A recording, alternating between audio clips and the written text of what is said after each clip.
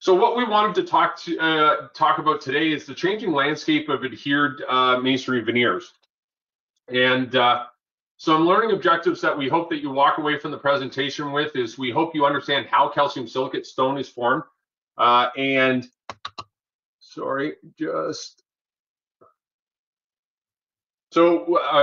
objectives, we hope that you understand how calcium silicate stone is formed and how the production process is very similar to how Mother Nature creates quartz stone. We'll look at super flexible polymer fortified mortars and cement boards and why they're far superior to the metal lath and type S scratch out method of installing thin adhered veneer.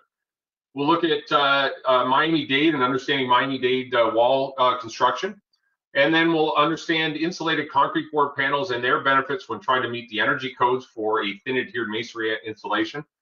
Understand all the mechanisms of adhered veneer failures of the past and how to avoid them. We'll identify adhered veneer masonry wall design systems that are applicable for your particular building design, climate codes, whether it's a face sealed assembly, a drainage plane assembly, insulated drainage plane, and of course, we're going to look at the energy code compliant wall assemblies. We want to recognize the overall design versatility of thin clad stone as a cladding material. And then we want to look at some of the benefits as well, things like green benefits and things of that nature. So stone's been used for millennia. It's one of the oldest building materials, and it's really withstood the test of time. You go back to cave people, right? We dig a hole in the side of a mountain, and ta-da, we had shelter. And, you know, of course, the interior of the cave is lined with stone and rock and everything, right? And it's been used in mass walls, load-bearing applications, masonry veneer, curtain wall, and adhered veneer. So it's got a really wide breadth of methods in terms of how it can be used. Now, the way traditionally stone was created is Mother Nature would create your stone, and essentially sands and lime-based minerals would pile up on the bottom of a riverbed or an ocean. And then you would have water sitting on top, or the glaciers sitting on top, compressing the sands and minerals together. And then steam and heat would come out of the ground, and that steam and heat would create a chemical reaction that would fuse the particles of sand and lime, or sand and minerals together to form a hard, dense stone unit. So once Mother Nature's left that deposit behind, it now exists underneath the Earth's surface. So we can pull away, for instance, this quarry about 3 hours north of Toronto, where we mine a very hard, dense dolomitic limestone. You pull away that topsoil, and that natural stone deposit is left behind. So we go in with big chainsaws, we cut big quarry blocks, and then we can take that into a fabrication facility, and we can create large dimension stone panels hung on a rail system or a dimension stone anchoring system, like they've done here at the Hatch office buildings or the Carpenters and Joiners Union building down in the mall in Washington, D.C. Rice State University really sort of shows all the different ways that certain natural stones, really hard, dense natural stones, can be used. So you've got a lot of different uses. You've got full bed masonry in the split face. You've got the large dimension stone panels. All of those dimension stone panels are actually the same color. They've simply been finished in a different way. So the ones where you're seeing more of a white, less veining, those are medium dressed units. And then the other units beside are still the same color, but because they've been finished in a different way, they take on a slightly different appearance or slightly different color. And those were done in a fine dress finish. So you have medium dress and fine dress in the same color, but you can see how finishing it can have an impact on what the finished look looks like, right? A lot of people think of stone as being very traditional. It doesn't have to be. It's really up to you as designers to use it in modern ways. So the Health and Medicine Museum in Washington, D.C., for instance, with the sloping walls and the cantilevers and things like that. Waterloo Regional Museum, where we traditionally think of having a running bond going horizontally. You know, how do you take that and stand it up? That's where thin makes a lot of sense. So going to a thin assembly, large dimension stone panels, again, hung off the substrate here, okay, with a rail system or a dimension stone anchoring system. And some of that natural stone, in this particular case, is so hard and so dense, it will also hold a polish. So you could do things like flooring tile and wall tile and things like that. So it can be used in such a wide variety of ways, which we alluded to earlier. So why has natural stone been so widely used? Often it was a regional material. Things, you know, you go to different areas of North America and they have local deposits of natural stone. Indiana and Illinois, right? They use a lot of Indiana limestone. You go down to the southwest quadrant of the United States and you get a lot of red and orange sandstones. You get into Texas and you get all that Texas cream and Texas buck colored limestone, right? So it was local. It was easy to find. It was easy to use, and it's durable with projects that have been standing for millennia, going back to the Romans and the Egyptians and the Greeks and right and Mesopotamia. It's been used for thousands and thousands of years in terms of a building material. And it obviously, as a result, has a longevity and a history of performance since it's one of the oldest building materials. We use it for aesthetics. Clearly, it's beautiful. It's both used inside and outside, and it's versatile. Again, it comes in so many different sizes and shapes and colors and profiles. It can be used in mass walls, load-bearing applications, masonry veneer, curtain wall design, and it can also be adhered in adhered applications. And it can be used in more traditional design, like we alluded to before, or it can be clean and modern, like that Health and Medicine Museum that we saw in Washington, D.C., for instance. We also sort of like the notion that it doesn't burn, right? So Stonehenge 1.0 didn't go so well for the builders in this case, right? Woodhenge burnt to the ground, and obviously Stonehenge the second time around they got it right. And of course that we're just kidding around here, but stone and masonry doesn't burn, and it's got that long history of performance. And you look at different areas of the country of why, you know, Chicago, for instance, is such a masonry town. Why Toronto is a masonry town? It's because of the Great Fires, right? So those materials have been adopted and are in the lexicon of everybody in the area because it's been used so widely for so many years. So calcium silica producers use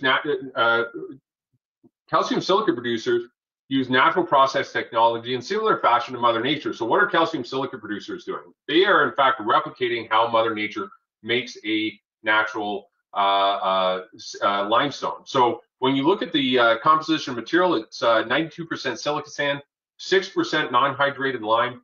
The other 2% are the pigments that are used to get the color. So when you do that math, that's everything. That's everything that goes into the material, right? It's 100%.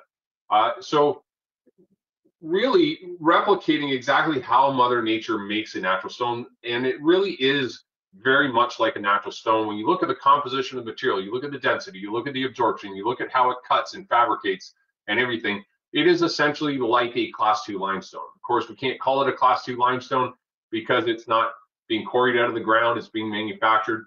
So again, it's a calcium silicate unit, but it really does replicate exactly what a class 2 limestone would be. When you look at the composition, though, you'll notice that there's no cement content. There's nothing, there isn't that cement glue like a concrete block or a cast stone unit, and that has some significant benefits. And one of the benefits is the fact that the material is dimensionally stable. It doesn't have that long-term net shrinkage that you get with a concrete block, right? The day I give you a concrete block is the largest it will ever be. From that point forward, it loses moisture to the environment and it shrinks as a result, right? Calcium silicate is inert. We don't have that long-term net shrinkage because we're not losing moisture to the environment as it cures. Clay brick is doing the opposite though, right? Clay brick is soaking up moisture from the environment and it's growing as a result. That's why you really have to be careful when you start putting clay brick and concrete units in the wall together, okay? But with calcium silicate, it's inert, it doesn't have that long-term net shrinkage. The other thing is that calcium silicate, because there's no cement content, also is colored fast for the lifetime of the product. The material doesn't fade over time. When you inject cement into a material, a chemical reaction continues to occur throughout its lifetime. That chemical reaction actually fades out the pigment of the material and fades the product. So with calcium silicate, no cement content means that it is color fast for the lifetime of the material. So again, going back to manufacturing, we're taking all that material, we're mixing it in a big blender, what would effectively be a big blender, and then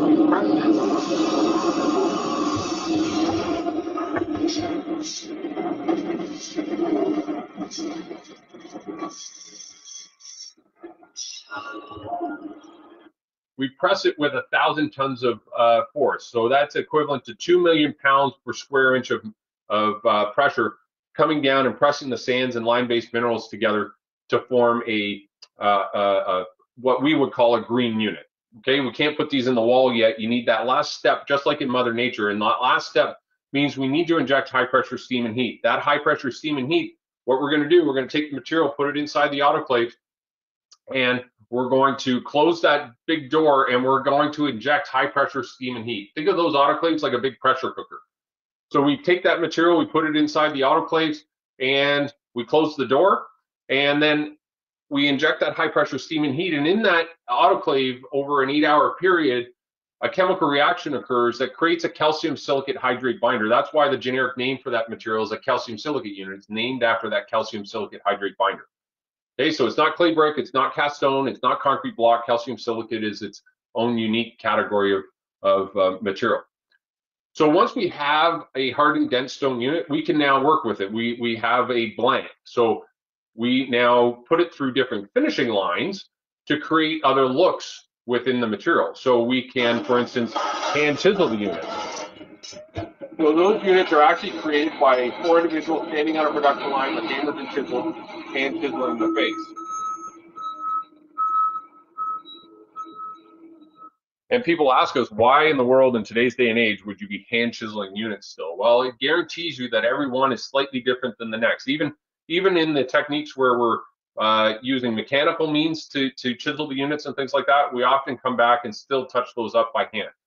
Okay, a lot of people ask us, though, you're creating all this waste in that process. And of course, yes, we're manufacturing a material, you get pieces with chips in it that you can't use. We're hand chiseling it, we're creating this waste. But we take that material, we store it for a period of time, we then bring it into a big crusher and crush it and tumble it, bag it, and all of that is sold as landscaping gravel. So everything that is manufactured is used in some way, shape, or form. Nothing ever goes to landfill. So some green considerations: calcium silicate has a very low embodied energy. It's very low in carbon footprint. 1/3 that of clay brick, half that of concrete block or ASTM-C 90 units. Sand and lime are 2 of the most abundant materials on the face of the planet. You really have an inexhaustible supply of raw material. Sand is number 2 behind water in the world in terms of materials, and lime is behind sand, just behind sand. So you've got 2 out of the top 3 materials. Using natural gas, a cleaner burning fuel to heat the autoclaves, and as heat comes out of the autoclave, we put it through heat exchangers to recapture that heat to help boil the next boiler cycle. All the water on site is a closed cell system, so we're recapturing all that water. So we use water to cool saws and things like that. We actually recapture that water and bring it back in and reuse it. And the material could be crushed and reused as aggregate at the end of the building life cycle. And lighter weight solutions like thin reduce your transportation pollution by reducing the number of trucks on the road. And newer wall system design can reduce your building energy use as well.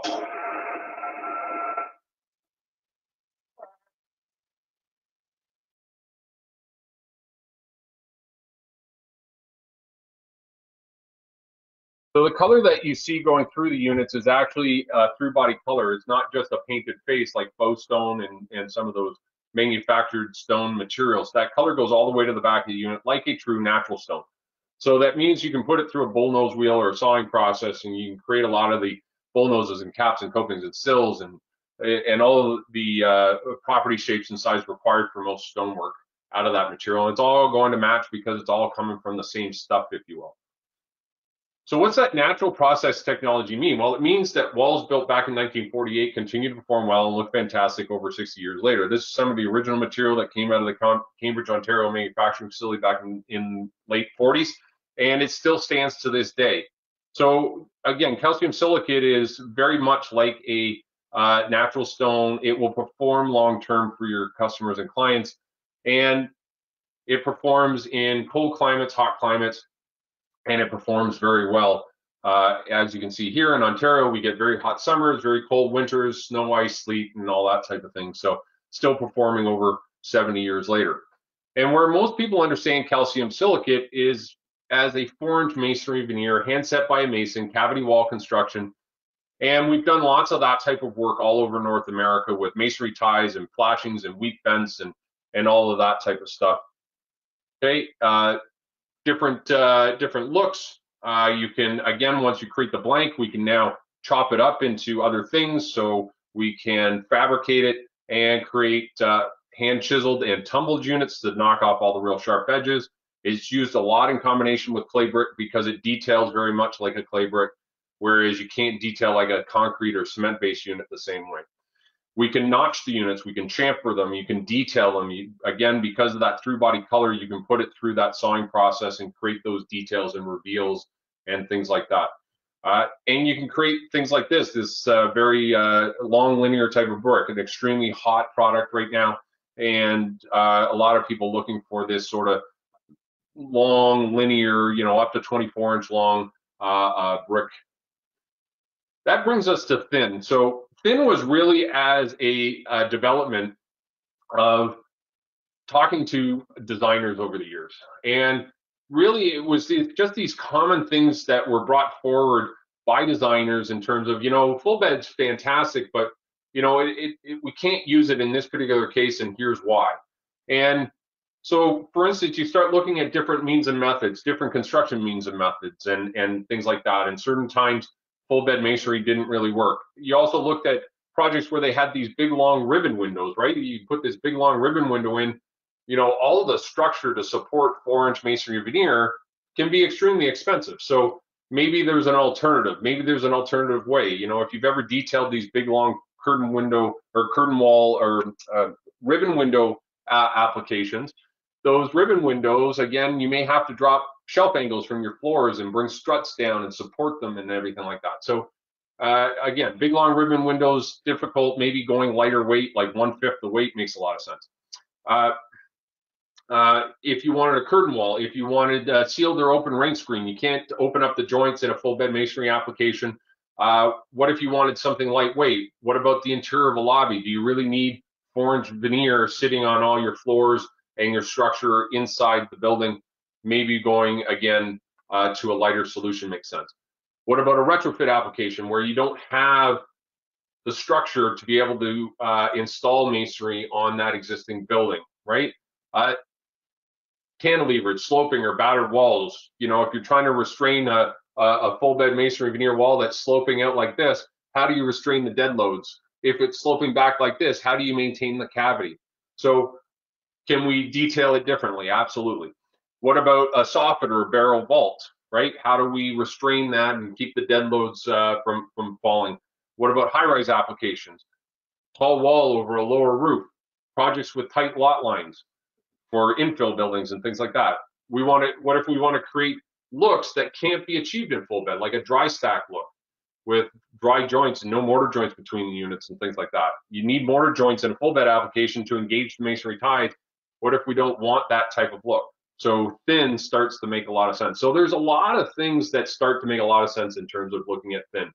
So from a calcium silicate standpoint, because that material has that through body color, we can slice it down the middle, we can guillotine split material, and we can create these other looks within the material. Okay, so we can create these thinner pieces of tile by slicing them down the middle and creating these thinner pieces. But if we're going to do that, now what happens is we'll end up with an application that no longer meets the requirements for 4-inch masonry veneer, right? For a handset masonry unit, you have to be, in the United States, you have to be at least 2 5/8 inches in thickness. In Canada, you need to be at least 75 millimeters in thickness to be a handset masonry unit. And we're going to be thinner than that. So when we start looking at thin, you've got the cut stone tile type of look, 4, 8, and 12-inch nominal height, 24-inch long dimensions. And then your thickness typically is 3/4 of an inch for these units. In the smooth units, you can even go to like 1 3/8 inches. So maybe you want to create a notched unit or a chamfered unit. So we go to a slightly thicker unit so that now we can create that notch or chamfer. So it's much different than like your porcelains, your 3/8, your 1/4-inch tiles, things like that, where you don't have that room to play. You can't really chamfer a porcelain tile. It's very difficult. Okay, so we've got that ability to create these custom units. We can create 12x12s, 8x8s, and things like that. In addition to that, because we're a 4-inch masonry veneer manufacturer, you can also create L-shaped units by cutting out the back of the full bed unit to create these L-shaped corner units. So you can still maintain the appearance of masonry, full bed masonry, and you don't have to see that little thin edge. So in the cut stone tile, you've got 12 standard colors, 2 textures. Custom colors are certainly available, and it can be produced in both full bed as well as thin. So you can mix and match. Very important. You want to be able to use thin in some places and full bed in others, and that has a lot of benefits. You can also look at something like a stack stone, working in a 3-unit blend, and the stack stone comes in 14 different colors out of 2 different manufacturing facilities, and you've got some different variations here. Split face finish. We can also produce that in a sawn finish, though. So if you're looking for something that isn't quite as rustic, going to more of a sawn finish. The ledge stones, so slightly different unit sizing and everything, but and some different colors available here. Introducing a joint as well. Okay, so these can be produced again in full bed as well as thin. And the same thing here, module size is starting to grow when we get into the split face ledge stones, the larger ledge stones. And that can also be produced in the sawn finish. So again, if you're looking for something a little sleeker, not as rustic with the split finish. And then you can break out each of the colors within, or each of the sizes within those units. So we can do like a 2 1/8 tall unit up to 24 inches to get this long linear type of brick. And you can do that in both the split and sawn, as well as the 4-inch tall unit in split and sawn, and the 6-inch unit in split and sawn. Okay, just what it might look like with slightly different joint treatments, with a rake joint versus a chamfer joint or a tool joint. Or what if you didn't want a joint? Again, we go back to looks that can't be achieved in full bed. So here it is with a tight joint with the units tight together. We also have a number of different products in calcium silicate that are created, that have been created for years in the full bed masonry product line, now taking those products and cutting them thin as well. So you can get this rustic tumbled look, so where you are taking the units and hand chiseling them and then tumbling the units, so you get this this slightly different look. There's also things like this fresco type of material, and you can also mix and match between these. You can mix Citadel and fresco type products together in the wall. So fresco is a little flatter. You'll notice that it's a little flatter look compared to the bolder look of like a Citadel. Laurier is a hand-rocked and chiseled product. The hand-rocked and chiseled material is a bolder texture, and it's got that crisp edge. It hasn't been tumbled, so you're not getting that softer edge to the unit. Or something like shadow stone, up to 32 inches long in this particular case, and you're getting that long linear type of look. So there's a whole bunch of different materials that can definitely be created and taken from the full bed calcium silicate materials and just slicing them thin. And then, of course, natural stone, being able to take some of that natural stone we alluded to earlier as well and making that thin in either a tile or a guillotine split face. So we start looking at thin, and why are we looking at thin? And we go back to a lot of the things that we were talking about earlier, you know, in response to the design community, you know, retrofit applications. What if I've got these big, long ribbon windows and I don't have the support to be able to support 4-inch masonry veneer over top of it, right? I want to slope a wall. I want to batter a wall. I want to do an interior, you know, so there's all these reasons why you would start looking at thin. But this is what most people think of in terms of the installation method for thin. And this is why thin adhered veneer has gotten a bad rap for all these years, right? It's been referred to as lick 'em and stick 'em and things like that. And this is the reason why. It's got nothing to do with the products themselves. It has to do with the installation methods that have been recommended for all these years. And so when you start dissecting this, you start looking at your assemblies, and you know, you've got your 2 layers of felt paper, right? And those 2 layers of felt paper are intended to be your waterproofing membrane, and that is now being punctured by 1,000,000 staples. So is it a waterproofing membrane or a sieve? Chances are you're going to allow some moisture in because we're puncturing it so many times. And in addition to that, the codes have now changed, where you now need a product that is going to act as an air barrier. Well, if you change this out to a Tyvek or Typar, you know, some of the paper products and things like that, it's going to be real hard to achieve air barrier status because you've put so many holes into the assembly, right? And because you put so many holes in, it's really hard to get it 100% continuous, which is one of the requirements of the air barrier. So really hard to get a really good waterproofing membrane with this method, really hard to achieve air barrier status. We can come back and we can maybe red tuck tape all of the staples on the air barrier, right? Seal it up, make it 100% continuous. But then what are we going to do? We then install our metal lath and puncture it more with all of the nails and screws and everything to attach the metal lath. We've now impacted the air barrier again, and the air barrier in those cases often don't have a self-healing property. You look at metal lath. Metal lath, when it's exposed to moisture and air, what can happen? It can rust. Even galvanized, even, you know, some of the better metal laths out there and everything like that, they can rust when they're exposed to moisture and air. And as they rust, what happens? They not only deteriorate, but before they deteriorate, they actually expand. So as they rust, they expand into the mortar bed, which can deteriorate the mortar bed. And if all your thin adhered veneer is adhered to your mortar bed, what do you think happens to your veneer, right? If your mortar bed's being impacted, it's eventually going to impact your adhered veneer. We look at our mortar bed. Our mortar bed is typically Type S. It's scratched up in the morning. They're setting finished materials often in the afternoon on it. It's not curing for 7 to 28 days, which really is sort of the minimum amount of time that any cement-based material should cure for, right?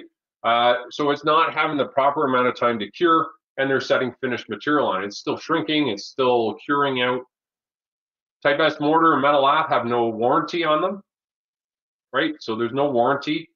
So we have a substrate that's not fully is not dimensionally stable, not fully cured, has no warranty on the mortar bed and the metal lath. The metal lath has punctured the air barrier and the moisture barrier by putting it up into place. The metal lath can rust and deteriorate, which can deteriorate our mortar bed, and our waterproofing membranes are iffy at best. Okay, but this is what's been promoted for 60 plus years in terms of this installation method. And you know, back 60 years ago, these were the materials that were available to us. We've evolved, right?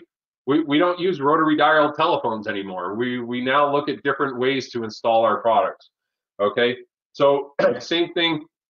The other thing with this industry for all these years, what they've done is they've said, hey, you know what? We'll use Type S mortar to bond our units to the substrate. The issue with Type S mortar is you can't check your work. And why that matters is if you check your work here and you pull that unit off the wall to check for voids in behind, you've removed the unit. You have to remove the mortar off the back of the unit. You have to remove all the mortar off the wall, put new mortar on the back of the unit and new mortar on the wall. And then you put the unit back in place, and guess what you can't do again? You can't check your work. Because the minute you pull that unit off the wall, you've broken the initial bond, and you've impacted how that unit's going to perform in the wall. Well, if you can't check your work, you can't check for voids. And what happens in a void on an outside wall? Moisture can collect in it, right?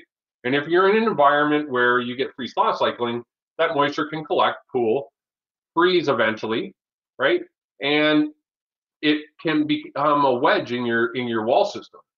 So now that moisture freezes and it expands by about 10%, and it makes the void a little bit larger for the next time. That's why we get potholes in our streets, right? We get water in a crack, it freezes and makes the crack a little bit larger, and over again, you get this big pothole as a result. So same thing, same concept here. But in addition to that, that Type S mortar rarely gets you very good bond strength. If you take Type S mortar into a lab, yes, you'll get 50, 60 PSI shear bond strength, which is the minimum requirement by code, minimum. But you take it out into the field and you are very rarely getting 50, 60 PSI shear bond strength. This DSW shoes is in California. There's no freeze-thaw cycling going on here. Poor bonding mortar with no movement joints to accommodate for expansion and contraction, and you've got this long wall pushing on one another. And again, that faux stone, that manufactured stone industry has gone out for all these years and said, well, you don't really need movement joints. And we would really argue that point. Okay, there's no material out there that doesn't expand when you heat it up and cool and shrink when you cool it down, right? So our claddings need to have some room for accommodation for expansion and contraction of the assembly and everything like that. And they're not doing it here. And we've got a poor bonding mortar that rarely is getting 20, 25, 30 PSI shear bond strength out in the field, which isn't even the code minimum. I've always loved this one. This is the you know, the installers will tell me, oh, this is fantastic. This is the best way to build, you know, because we are essentially getting phenomenal bond strength. And I like to call this the one-step method. They back butter the unit, they stick the mortared unit onto the metal lath, and that creates huge bond strength. And again, you can see the unit failed. It's not creating bond strength, okay? And in fact, the metal lath doesn't create bond strength. So here's a good case in point. Metal lath put over a substrate and Type S mortar scratched over the metal lath. That Type S mortar was allowed to cure for 28 days, the proper amount of time. And then they bonded a unit. You'll see the dark line of mortar, right? Here's the dark line of mortar here, right, on the back of the unit. Okay, they bonded that unit to that substrate. And when they did that, they let that cure for 28 days. And then they did a pull test. And look at where it failed. It didn't fail at the bond line between the unit and the mortar, or the mortar and the Type S mortar over the metal lath. It failed at the metal lath line. The metal lath is not there for bond strength. It's got nothing to do with bond strength. It's there initially to keep the mortar on the wall, the Type S mortar on the wall, again, because it's not a great bonding mortar. But then in addition to that, it's there for tensile force. For the same reason we put joint reinforcing in a concrete block wall, right? When you're building a concrete block wall, if you built that whole wall out of that concrete block, what did we say about concrete block? It loses moisture in the environment, and what does it do? It shrinks as a result. As that material shrinks, what builds up? Tension. Because all the units are trying to pull away from one another as they shrink. You build up tensile force throughout that wall. If you put no joint reinforcing in that wall, what happens? The entire wall starts to crack and you get these cracks running through your wall. Same reason here. You put Type S mortar over top of your wall. If you don't put any joint reinforcing in, essentially the metal lath, right, you get cracks running through your substrate. So we put the metal lath there to help dissipate those tensile forces that are going to build up as the mortar bed starts to shrink and pull away from one another and things like that. Okay, so it's really got nothing to do with bond strength. It's there for other reasons. So metal lath is not going to increase bond strength and create phenomenal bond strength. In fact, it reduces your bond strength, so to speak. Okay. We can also take a look at linear movement, 150-degree temperature differential on a wall, right? South-facing wall in the middle of the summer. Let's look at something from anywhere from a 6-inch by 6-inch all the way up to a 24 by 24-inch module. And we're getting some change in length, some change in size, right? Anywhere from about 0.1 millimeters to 0.3 millimeters. And for those in the United States, don't worry about the units of measurement. Just consider the comparison here with a Type S mortar. The deformation capacity of a Type S mortar is only about 0.1 millimeters. So it's very hard in its rigid state. It doesn't have a lot of flexibility. So what can we do to a mortar? We can add polymers to it. By adding polymers, we make that material more flexible in its hardened state, right? So think of it like adding a rubber band to that material, and because we've imparted some of the properties of the rubber band into that material, now it's more flexible, right? So it has a larger deformation capacity. So normal polymer mortars get us pretty much there, right? We get up to about 0.3 millimeters worth of movement, but we don't want to just get there, right? We want to have a safety factor. And so we really want to be looking at that super flexible polymer fortified category. So we get that larger deformation capacity, and it can accommodate for things like seismic, wind loads, right? Heat, adding heat, taking heat away, things like that. So we want to have that more flexible mortar so that the mortar acts as a bridge between the substrate you're adhering the units to and the back of the units, right? because they're not going to move the same. When you go back to that heat difference, right? The veneer on that south-facing wall is very warm because the sun's beating down on it, right? Now, what happens if you take the sun away? Let's say the cloud's over and even a rain comes and hits that wall, and those units on the outside want to cool very quickly. When they cool quickly, the units on the outside are cooling. What do you think everything else behind is doing? They're cooling, but not at the same rate. So you have to allow for some flexibility. You have to have that mortar be that flexible bridge between the units and the substrate, okay? So I hope that makes sense. So the wall systems that we're talking about now look a little more like this. What if we did steel stud, exterior grade sheathing, and we eliminate the metal lath and mortar bed, and we use a concrete board? Concrete boards are manufactured in a controlled environment and cured for 28 days before being delivered to your job site. So they're dimensionally stable and they're fully cured. We've eliminated the metal lath if we go to a concrete board. We've eliminated the element that can rust. So we've eliminated the element that can rust and deteriorate the mortar bed and everything, or the concrete board. And concrete boards come with a 15-year product warranty where you get nothing with metal lath and mortar bed. So just making that one simple shift really helps our wall system immensely. Okay. Now what we do is we take the air and water barrier, which are manufactured by the same manufacturers that are making the polymer fortified mortars. Those have been tested to work in combination with one another. They've been tested for bond strength and all of that so that you can bond directly to the waterproof. Okay. And then we adhere our units to that substrate. And then we can point our joints. So what have we done? We've eliminated the metal lath that can deteriorate our mortar bed. We've now got a system that can be warranted for 15 years. Okay, so you have a system warranty for 15 years. We have product warranties, individual product warranties. Concrete board has a 15-year product warranty. Okay, so you start looking at these improvements, and we've done a fair amount here. Okay. Now, for those that are looking at this going, yeah, but there's no drainage, there's no insulation, continuous insulation, how does this work for us? And give me a minute, we're going to get to that. Okay, but this system's actually been tested to Miami-Dade County requirements. So 205-mile-an-hour winds, you can use it all the way down into the Florida Keys, and it will withstand any hurricane strength winds and all the wind zones down in Florida. Okay. But we mentioned that there's no drainage plane here. So what we can do is we can just take some of the materials and we'll move them around a little bit. So we have the steel stud exterior grade sheathing. We're going to take the waterproofing from the concrete layer and we're going to use it over the primary sheathing here. Then we put a drainage mat in place, okay, a drainage plane material, and then we put our concrete board over top of that. Okay, so now we have a drainage plane, and then we use our polymer fortified mortars and bond to our concrete board, and then we adhere our tile to that, and then point our joints. So now we have a drainage plane assembly, right? We can bring it down to flashings and weak vents at the bottom of the assembly and things like that. Still haven't solved that last element though. We still need some type of insulation, right? If we want continuous insulation for these.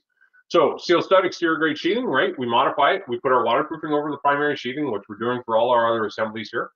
And what if we install Z channels, right? And we stick those Z channels between, we stick a rigid insulation between the Z channels, put our concrete board in place, and then we can use our polymer fortified mortars to bond our units to the substrate and everything, right? Of course, everybody's looking at that going, yeah, we can't do that. Why can't we do that? Because the Z channels are thermal bridges, right? If we line them up with the studs, we're going to lose probably close to 80% of our R value out of that continuous insulation, or that it's not even continuous insulation, out of the rigid insulation, right? We're going to lose about 80% of the R value out of that, right? So conceivably or conservatively, if we lose about 50%, you build that wall with 4 inches of R5 per inch insulation at an R20 wall.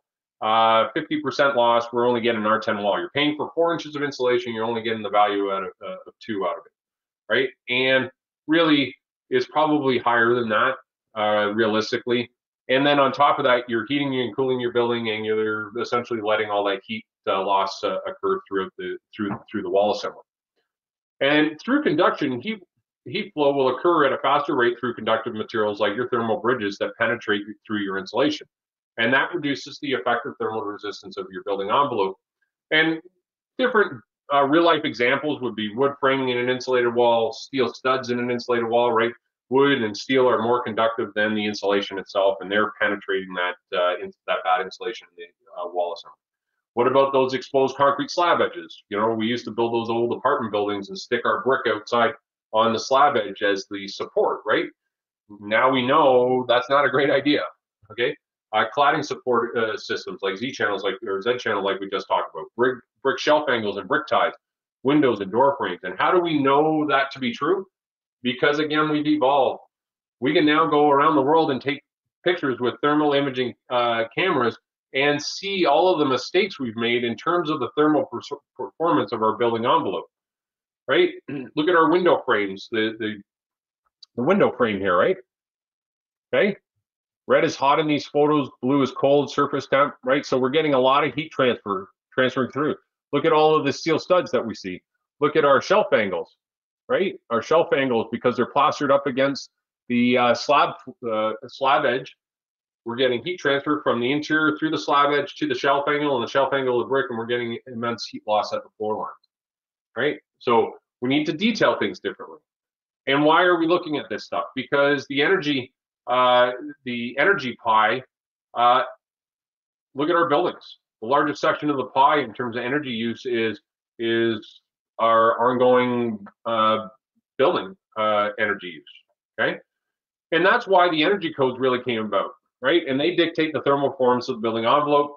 And oftentimes you'll hear about ASHRAE 90.1, and we're going to briefly talk about some of the different standards throughout North America here. But ASHRAE 90.1, for instance, is the energy standard for buildings except low-rise residential. Okay, so anything below 5 stories, essentially residentially, is not conforming to the ASHRAE 90.1 standard, and I'll explain why in a minute. And ASHRAE 90.1, for instance, offers 3 methods for consultants. It's actually 4 methods now. You've got prescriptive, building enclosure trade-off path, energy cost budget path, and the performance rating method. So for the purpose of the day, we're just going to stick to the prescriptive path. Okay. So when you go into the energy codes, again, regardless of which one you're looking at, you're going to notice that they've come up with a climate map. And the climate map breaks North America down into climate zones. So southern tip of Florida there and Hawaii, we're at climate zone 1. And as you migrate northward, you're getting up into climate zone 8 in northern Canada, right? And then from those, once you've determined where you're building your building, you then break down your climate zones. So you look at your climate zones and you look at which climate zone you're going to be building in. And each climate zone 1, right, 2, 3, all the way up to 7 and 8, okay? And you'll notice as you go northward, right, what are we seeing? We're going from climate zone 1, where they didn't require any continuous insulation, to climate zone 2, where now we're R13 in the stud assembly, plus R3.8, continuous insulation. CI stands for continuous insulation, right? And we're talking about steel frame buildings here, because they're one of the hardest to sort of achieve energy code compliance. And as you migrate northward, you'll see that for non-residential, which is your commercial construction, right, the continuous insulation requirement continues to rise. And you'll notice that there is also a residential column, right, because anything above 5 stories residentially would conform to the ASHRAE 90.1 standard. So we migrate northward, right? We're seeing climate zone 6. We're seeing more continuous insulation all the way up to climate zone 7. In the International Building Code of the United States, they also refer to the IECC standard, okay? And the IECC standard also has a climate map that they refer to. You'll notice that there are some similarities here. Climate zone 1 in the southern tip of Florida, all the way up to climate zone 7 in northern Minnesota and things like that, okay? And they've done the same thing. You've got your different climate zones, right? Climate zone 1 through 8 across the top, and then you drop down and you've got all other and group R. Group R is residential, all other is commercial. And you'll notice that there are some requirements there, R13 plus R5, R7.5 continuous insulation, depending on what you're looking at, right? So why does that matter? Well, the difference in the United States, and just so you know, we're going to get to Canada in a second. The difference in the United States is commercial buildings conform to the ASHRAE 90.1 standard. Okay, you'll notice that all of the US, right, here's the Energy Department's map of who's adopted different codes, and it's all color coded. So, you know, Maine, for instance, okay, they're working off the 90.1, ASHRAE 90.1 2007 version, right? You go to California, and they're looking at the 2016 version, okay? If you look at residentially, though, look at what we are conforming to residentially, okay? Here's the climate, here's the map of who's adopted what, and look at the standard that we're referring to, the IECC standard. Okay, so that's why we touch on both, right? But we're all talking the same language. Even when you get up into Ontario, for instance, here's the Ontario Building Code. Here it is, steel frame buildings, right? Table looks very similar. And we're talking 2.3 plus 1.8 CI. This is in metric units, though, right? To get it to imperial, you just multiply those two numbers by 5.678. It's telling you the exact same thing. It's R13 plus R10 continuous insulation. Okay, so we're not inventing, we're not reinventing the wheel here. Regardless of where you are in North America, these sort of hold true, and it sort of stands to reason as you go through the different climate zones, whether it's climate zone 5, 6, or 7. The requirements are essentially the same, which they were in the ASHRAE standard that we talked about. And then some people actually went through and took Canada and actually created this little map, and then broke down the climate zones and also listed the different requirements based on the National Building Code, the National Energy Code, and the ASHRAE 90.1 standard. So you've got this neat little reference guide to look at that's all collapsed into a single one, depending on which one you're sort of trying to conform to in Canada. Okay, but we're all talking the same language, and basically it's saying, okay, for one design methodology, what do we need to do? We need some continuous insulation, right? So there were attempts to put continuous insulation in, right? So here's a couple inches of XPS rigid insulation, and they tried building this. They put cement board in place, and then, you know, started thinking to themselves, going, no, geez, you know, I can't bond to cement board. You know, I can't use type S mortar and bond to cement board, because type S mortar won't bond to cement board because it can't get into the pores of the actual cement board. It's such a tight knit product, it can't create a mechanical bond, and that's what type S relies on. It has to create a mechanical bond. So what did they do? Then they came in, they put in their felt paper, and then they put in metal lath, and then they scratched type S over top of this. And you know, you look at this, and it's messy. This is doomed to fail for a number of reasons, and there's no drainage in it. Okay. Plus, who's selecting the screws for this assembly? Right? As you project further and further off substrate, your screws are now have a moment load on them where they want to bend down because of the weight and the projection. The foam's not going to offer any real resistance there, right? So who is designing the screws? And oftentimes it was left to the installer, and they're running down to Home Depot to get some screws that are long enough and are going to be able to attach this stuff. And that is absolutely the wrong approach, right? So these are the systems we're talking about here: steel stud, exterior grade sheathing, and then the air and water barrier. And then what we do is we use these insulated concrete board base weep panels at the bottom of the wall and over flashings and stuff. And we use the insulated concrete board panels up above, the standard panels, okay? These panels are 1/4 inch concrete board, right? All the positives of concrete board that we talked about, laminated to EPS, XPS, or mineral wool insulation. So we're laminating those materials together, different types of insulation. And then in the EPS and XPS versions, drainage screws are cut into them so that you have a drainage plane in the assembly. And we cut that drainage plane on the back side of the foam up against the waterproofing. as well as the front side of the foam behind the concrete board. And there's some reasons behind that. And if you're really interested in sort of understanding some of the science behind it, some of our future presentations in the next 6 weeks are going to go dive into this a little bit more.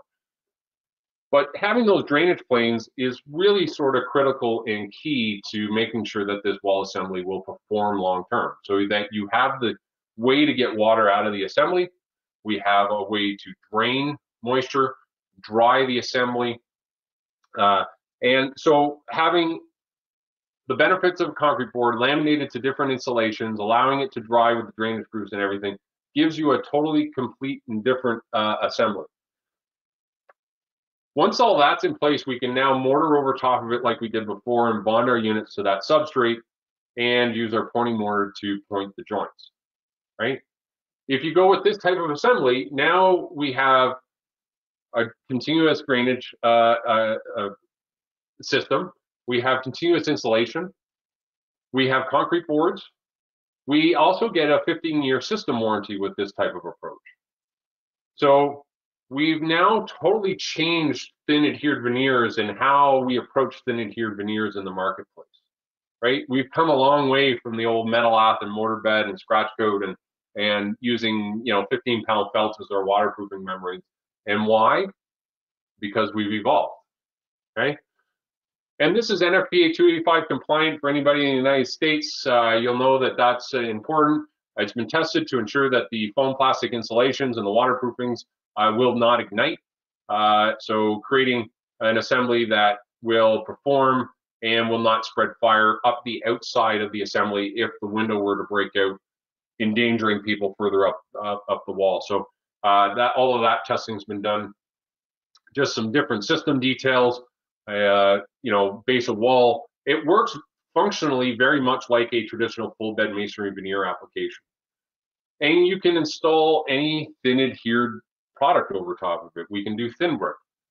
What about thin natural stone? Porcelain tile, thin manufactured stone. And you can even put a synthetic stucco coating over top of it. So here's installing the synthetic coating over top of the boards there, right? So polymer modified adhesive solves some problems using a systems approach. Really addresses the number of things. You get greater than 6 times the shear bond strength required by code. Those polymer fortified mortars not only get you greater deformation capacity, but it also increases your bond strength significantly, right? Instead of the bare minimum 50 psi shear bond strength we're getting with Type S bonding mortars, you're now seeing 250, 300, 400 psi shear bond strengths. Okay, much higher bond strength. Increased deformation capacity, which we alluded to, and then the air barrier obviously is important. That is another requirement of the energy codes. You have to have a continuous air barrier in your assembly, which is provided as part of the assembly. Insulated concrete boards solve continuous insulation problems and challenges and get you a drainage plane in the assembly. And waterproof membranes protect the substrate from the effects of water. Masonry pointing mortars provide you a complete system with a single source of responsibility. And it's resistant to the effects of freeze-thaw, which the Type S mortar assemblies are not. Manufacturers offer complete system warranties. And just to put an exclamation point on this, this is the Bullocks in Northridge, California, which collapsed after an earthquake. Certainly, we don't want buildings collapsing. But what can we benefit or what can we gain from the failure? Well, look at the adhered veneer, right? It's in bending, right? What's that speak to? That speaks to your deformation capacity. The mortars are more flexible in their hardened state. It's been sheared right through, but it's still bonded to the substrate. So much higher bond strengths than we're talking with the old Type S mortar bed type of approach. So looking at exterior installations, some different applications, the VA Health Care Center in Charlotte, North Carolina, right? Using the rock tile, mixing it in between the metal panels, sort of a slightly different thing. You don't normally think of having stone sort of mixed through a metal panel installation. I really like that juxtaposition there. We talked about those big projects with those big long ribbon windows. Look at the windows here, they're continuous. Does it make sense to go to a lightweight, thin adhered veneer? This is all installed over those insulated concrete board panels, so you've got that continuous insulation element here. And Here it is, same thing, insulated concrete board panels in the AC Marriott Hotel in Oakland, Pennsylvania, just outside of Pittsburgh, downtown Pittsburgh, and installing the tile, soldier coursing it, standing out up on end using the polymer fortified mortars. And you can see, again, stone buildings in the area. They really wanted to, you know, pay homage to, but obviously create a slightly modern take on the stone building with that nice, clean, smooth surface. Here's a neat application again with the thin adhered installation, playing with 3 different colors and just salt and pepper, right? It's a little bit of salt and pepper is sprinkled throughout the project here, and really just a real nice, modern, clean facade. Okay, working to the module size, setting up our windows and things like that. What about if you want sort of a long linear look? A lot of people like that long linear look. What did they do here? They've actually raked the horizontal joints to recess them a little bit, but left the vertical joints more flush. Children's Hospital using those insulated concrete board panels here with like a stack stone. Really neat, stunning application. Soldier coursing, maybe like a little 1/6 running bond. You can see sort of the running bond in the canopy there. Advanced Medical in London, Ontario, using the stack stone insulated concrete board panels in behind.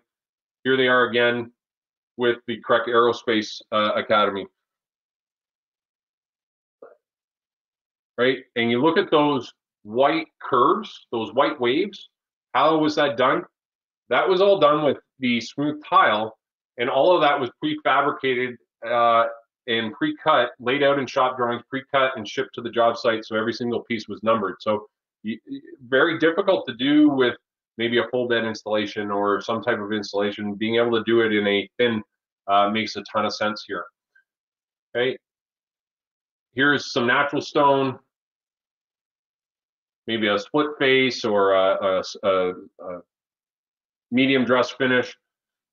And the tiles are very dimensionally stable. So if you're looking to do something like a stack bond, you know, sort of that modern look and everything, you want a product that has very tight joints, right? Tight tolerances on its lengths and height and everything, so that all the joints line up properly.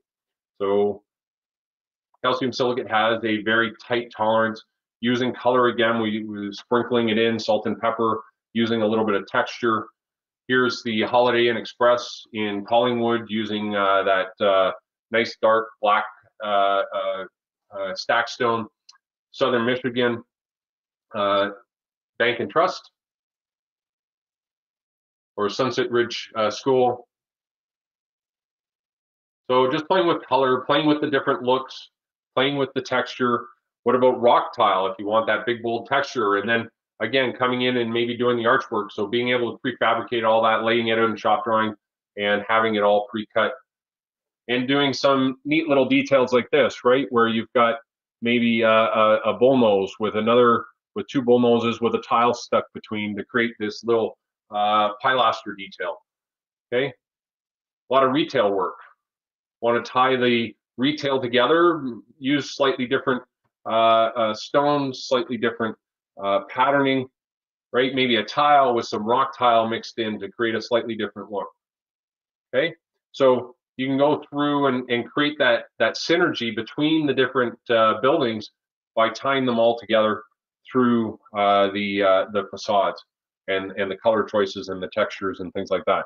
Dave & Buster's going to a slightly thicker tile. Remember, we can do that slightly thicker 1 3/8 tile, and that allows us to do things like this with the notches. What about the Convergent Sciences office building here? Okay, this is actually new construction mixed with existing. Okay, so being able to bridge over the existing. The Rochester title, the secure properties buildings, these were actually craned into position. So those 2 buildings are 2 identical buildings on the site. All the walls were installed in 5 business days. Craned into position, very quick installation. That's another one of the benefits of doing things with thin, is you can do them off site. Okay, Montecito office building. And I know I'm right up to my time limit here. Just bear with me a couple more slides here. You know, standing them up on end, soldier coursing, that stack pattern, right? Again, we talk about retail and maybe doing some different looks within the retail with some slightly different colors to give each building its own character, but tying it together through the use of the same material. Okay. That tower in Christus in Clear Lake, Texas, survived Hurricane Ike. Back in 2008, Hurricane Ike came through Galveston, Texas, and everything, and really did an awful lot of damage to Galveston. This was just about 5 to 10 minutes north of Galveston, and actually survived Hurricane Ike. Not a single tile came off the building. Still stands to this day. Okay, so you can see obviously used in a lot of exterior applications all over North America.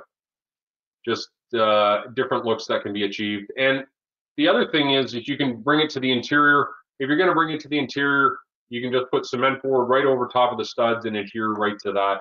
And so we see a lot of that where you want that blade or that fin cutting through that building, that continuity where you can see it on the other side of the glass and bringing it across, maybe a nice feature wall at a stairs, or playing with lighting techniques. You get a lot of neat texture with the rocks units, right? Shadow lines and things like that. Playing with the notion of a sine wave or a music wave coming through the smooth material with the rock material, and then bringing that material all the way into the interior of the auditorium as well, into the Performing Arts Center, right? Playing with the light, you can really see the impact that lighting has on this material when you add that texture.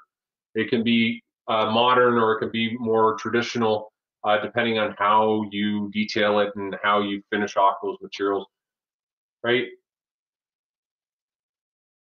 And then thin also lends itself to retrofit applications, just being able to adhere to an existing application. Here you can see over the clay brick, right? Here's the old clay brick, and just wanting to dress up that assembly and put stone around it and everything. So Bailey's Jewelers, here are the befores, during, and after, right? And they really wanted to do something special here, almost take that Fifth Avenue, New York type of jeweler and set it down into North Carolina. And there's a lot going on here in terms of the detailing. Soldier course corner units, right? These are actually L-shaped corner units standing up on end with standard corner units coming around. Slightly different thicknesses of the units. So that's an 1 3/8 tile with a 3/4 inch tile beside it. Different bull noses, right? 2 1/8 and 3 5/8 bull noses, chamfered units, doing all the archwork, the keystone and everything. Here are the before and afters, right? Here's before and there's after.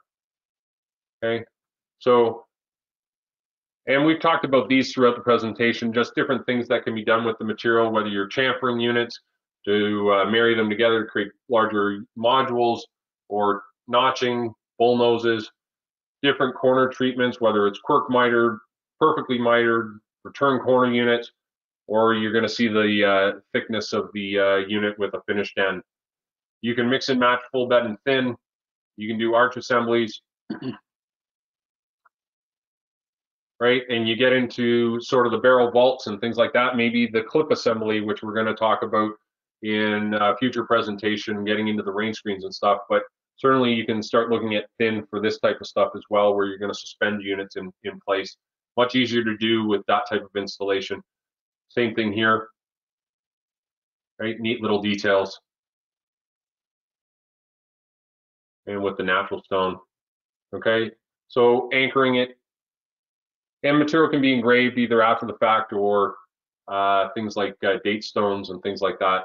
And ultimately, we just want you to be creative with stone in your assemblies, okay? So with that, I'll open up the line for questions.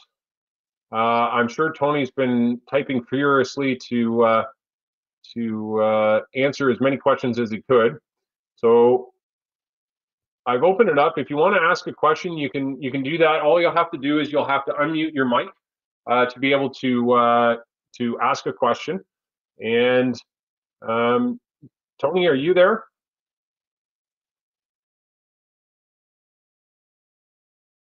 Yeah, I'm here. Hold on, I'm just turning my camera back on. Yeah, so I got through most of the questions in the chat. There was one that came in right near the end there that maybe you can touch upon. Someone asked, can the ProGuard DP panels take on a radius curve?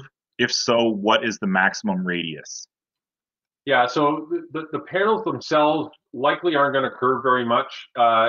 What will determine some of that is how thick the foam insulation is on the back. If you've got a thinner piece of foam versus a thicker one, to do a curve, we may have to notch the foam a little bit, right? Running vertical grooves up the foam panels to create that curve to allow it to segment in. Okay, if the radius is tighter than that will allow, then what you need to start to do is maybe segmenting your curve and stuff like that. So there are some different ways to do it. If that's something that you want to explore further, maybe reach out to Tony and I. You'll get an email. You should have received an email today reminding you of the presentation about an hour before. Another one will go out tomorrow. You can respond to either one of those, and we can explore that further with you if you'd like. Yeah, so there's different ways to achieve it. There's no, it really depends on what you're trying, but it's never going to get to like a 2-foot radius if that's what you're thinking. So, anything else, Tony? Anybody else have any questions? Just remember, you have to unmute your mic if you want to ask a question.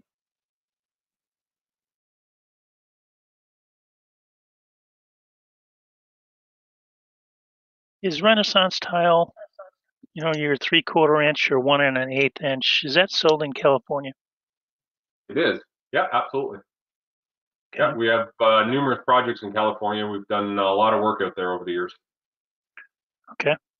Yep. So yeah, if you want to reach out to me, our rep Brent Shepard, who deals with California, would be more familiar with the distribution points and our distributors out there. It's changed a little bit over the years, but I can put you in touch with Brent, and he can certainly help you out working through a project in California. Yep. Thank you. Thank you. Are you recommending a specific company for the polymer modified setting materials? Yeah, we do a lot of work with Laticrete. That's been our sort of standard recommendation for 10 plus years now. We've done a ton of testing with them. We've done fire rating testing. We've done the NFPA 285 testing with them. We've done bond strength testing with them. And you know, the thing is a lot of people will say, well, you know, we want to use another product, and certainly there are other bonding mortars out there and stuff. If you change the bonding mortar, it changes your bond strength. And if you change the veneer material that you're bonding with, it changes your bond strength. And if you're changing your substrate you're adhering to, it changes your bond strength. So, you know, we tend to stick to the Laticrete recommendation. We've done a little bit of work with Mape, but we've just got a ton of experience with Laticrete, and we've just had super success with it. So, to answer your question, yeah, we're pretty big proponents of Laticrete. Do you have some details suggested for when the thin veneer interfaces with a sidewalk, for instance? We do, and in fact, if that's something that you're interested in, you may be interested in the presentation that's 6 weeks from now, which is actually our thin proper masonry detailing, thin adhered proper masonry detailing presentation. It's a 2-hour credit course, HSW, and it dives a lot into that whole at grade detailing. So depending on where you're located, the codes actually mandate you're supposed to be above grade. We think that's a little stringent, and we've come up with some solutions. It's just having an understanding of how to do that detail down around grade with all of the things that are occurring there, right? You're getting building settling, you're getting frost heave potentially in the north. So there's, you know, depending on where you are and stuff, there's a lot going on there. We just want to make sure it's detailed correctly if we're gonna do that. But yes, we have standard details for those locations. Thank you. Thank you. Anybody else? Can you hear me? Yeah, go ahead. Yeah, so I was just asking about repair. Tiles fall off or get knocked off, damaged, hit by something. What's the repair process? Yeah, so we've that question comes up now and again, and with our years of experience, we've actually come up with some ingenious ways to do that.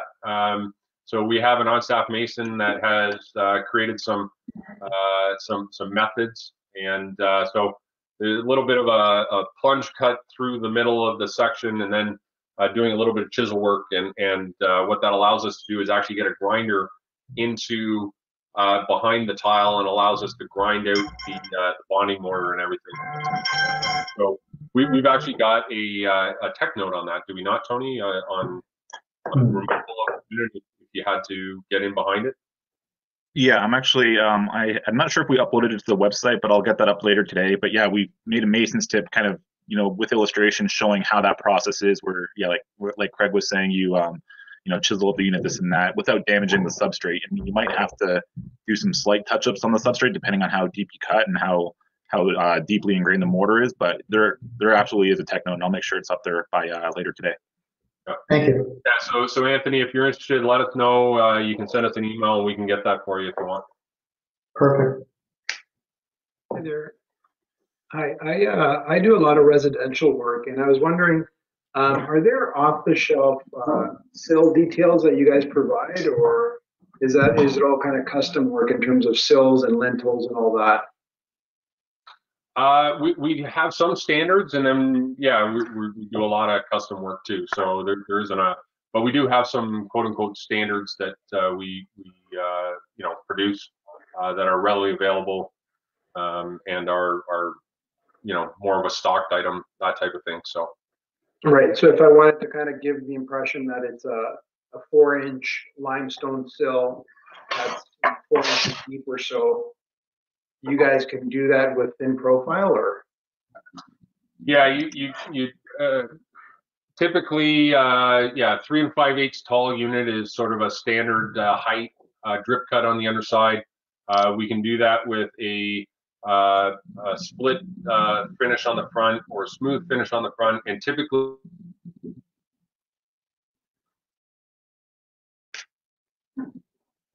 I think your audio cut out there a bit, Craig, unless that's on my end. it's tall, and we can either chamfer the top or it's a sort of a sloped sloping the unit when you install it. So if you're interested, again, send us a quick email, and Tony and I can send you what the standard, sort of our standard ones are. Great, thank you. Thanks. Anybody else?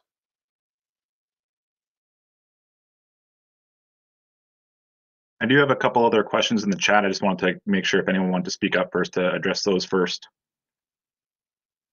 Yeah, we can tackle a few of those, Tony. I don't want to keep everybody. Obviously, we've used up our allotted time, but if you've got a couple quick ones, maybe we can do that. While Tony's looking for those, just everybody, if you're AIA registered, we will be sending out the information to the AIA to get you registered within the next couple weeks. So you should see that show up on your AIA registration. And certificates will go out on email this time tomorrow. So, okay. So Tony, was there one that? Yeah. I got one or two questions here, real quick. A couple people were asking about the fastening method of the insulated concrete board panels and how they're fastened back to the structure. I offered, one of the private responses to send our test data for the pullout strength of the screws, but could you kind of maybe go into a little bit of detail on how those screws are used with the insulated concrete board panel assembly? Yeah, so the assembly, again, it's a tested assembly, so all of the engineering's been done.